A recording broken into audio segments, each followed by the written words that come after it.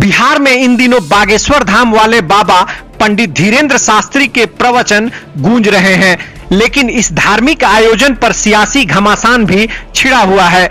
लालू प्रसाद यादव के बड़े बेटे और बिहार सरकार में मंत्री तेज प्रताप यादव पहले ही पंडित धीरेन्द्र शास्त्री पर माहौल खराब करने का आरोप लगाकर निशाना साध चुके हैं।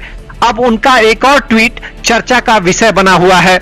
हालांकि इस ट्वीट में उन्होंने किसी का नाम नहीं लिया है, लेकिन इशारा बागेश्वर वाले बाबा की तरफ ही माना जा रहा है। तेज प्रताप यादव ने अपने ट्वीट में एक समय के मशहूर संत देवराहा बाबा की तस्वीर के साथ अपनी भी तस्वीर शेयर की और उस पर लिखा, ये हैं वास्तविक बाबा, देवराहा बाबा के आशीर्वाद से ही मेरा जन्म हुआ था। मेरे पिता अक्सर उनके दर्शन करने जाते थे। आइए जानते हैं कि आखिर कौन थे देवराहा बाबा। ऐसा माना जाता है कि देवराहा बाबा का जन्म उत्तर प्रदेश के देवरिया जिले में हुआ था, लेकिन किस वर्ष ये किसी को नहीं मालूम है। यहां तक कि उन्होंने कितने साल का जीवन जिया ये भी किसी को नहीं पता। देवराहा बाबा को देखने वाले कहते थे उनको जब से देखा तब से एक ही रूप में देखा। इससे उनकी उम्र का अंदाजा लगाना मुश्किल था। हालांकि तमाम लोगों का यह भी मानना था कि देवराहा बाबा ने करीब 150 साल से अधिक का जीवन जिया। देवराहा बाबा लकड़ी के लट्ठों से बने मचान पर रहते थे। वहीं उनका बसेरा था जो कि सरयू नदी के तट से 3 किलोमीटर दूर था। तमाम मीडिया रिपोर्ट बताती है कि वास्तव में वह वृंदावन के एक साधु थे। लोगों का मानना था कि देवराहा बाबा के पास चमत्कारी शक्तियां थी।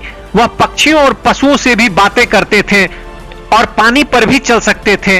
देवराहा बाबा से मिलने आने वालों में सभी जाति धर्म के लोग होते थे। उन्होंने कभी भी अपने भक्तों को समुदाय और जातियों में नहीं बांटा। लोग उनका आशीर्वाद लेने के लिए दूर दूर से आते थे और घंटों इंतजार करते थे। सबसे खास बात यह कि वे अपने भक्तों को अपने चरणों से आशीर्वाद देते थे। जून 1990 में उनका निधन हो गया था। ऐसा कहा जाता है कि देवराहा बाबा के दरबार में तमाम सियासी दिग्गज भी जाते थे। देश के प्रथम राष्ट्रपति राजेंद्र प्रसाद से लेकर प्रथम प्रधानमंत्री जवाहरलाल नेहरू तक उनमें गहरी आस्था थी। वहीं यूपी के पूर्व सीएम मुलायम सिंह यादव के अलावा बिहार के पूर्व सीएम जगन्नाथ मिश्रा और लालू प्रसाद यादव भी उनसे आशीर्वाद लेने आते थे।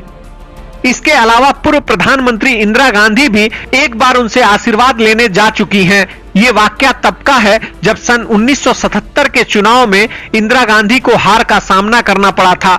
बाबा सबके सिर पर अपने चरण रखकर आशीर्वाद देते थे, लेकिन उन्होंने इंदिरा गांधी को पंजा उठाकर आशीर्वाद दिया था।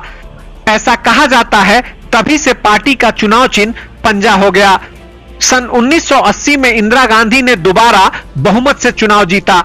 देवराहा बाबा की चमत्कारिक शक्ति में अमिताभ बच्चन को भी गहरी आस्था थी। अमिताभ बच्चन जब कुली फिल्म की शूटिंग के दौरान जख्मी हो गए थे तो उन्होंने ताबीज दी थी। वह ताबीज अस्पताल में अमिताभ बच्चन के सिरहाने रखी होती थी। ऐसा कहा जाता है इंदिरा गांधी के निवेदन पर ही देवराहा बाबा ने वह ताबीज दी थी।